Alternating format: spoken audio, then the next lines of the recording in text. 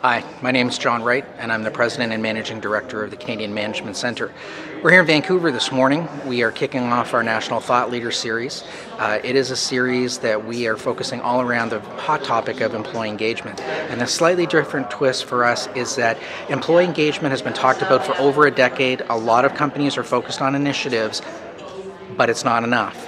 And that there's a newer way to look at it, and we partnered with two outstanding gentlemen, Mark Royal and Tom Agnew.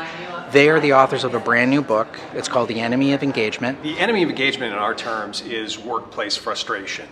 Frustration is a common response in people to the inability to achieve a desired objective or goal, and in the workplace it's something that trips up a lot of engaged people.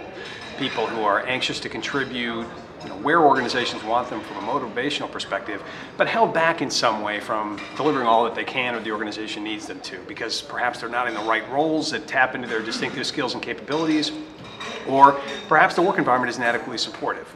They don't have the resources of one sort or another they need, or they're held back by barriers, procedural restrictions, constraints that again interfere with their ability to do what they desperately want to do and organizations need them to do. Fortunately, it's very prevalent, and in organizations that have focused so heavily on engagement, sadly it's even more prevalent within those organizations, because again, as Mark said, frustration really happens when you have engaged employees that are being prevented from being optimally effective. And so what we find is in many organizations, more than 20% of the workforce is in fact frustrated, meaning they want to contribute, they are motivated to help the organization succeed, but they're being held back. And that state of frustration unfortunately is very unstable, and it means that the likelihood is some very negative consequences of that frustration are going to happen. People either withdraw their motivation or they end up leaving the organization, and unfortunately that particular group of the ones that leave the organization are most likely to be your high performers or high potential. So not only is organizations leaving performance on the table by not enabling their engaged employees,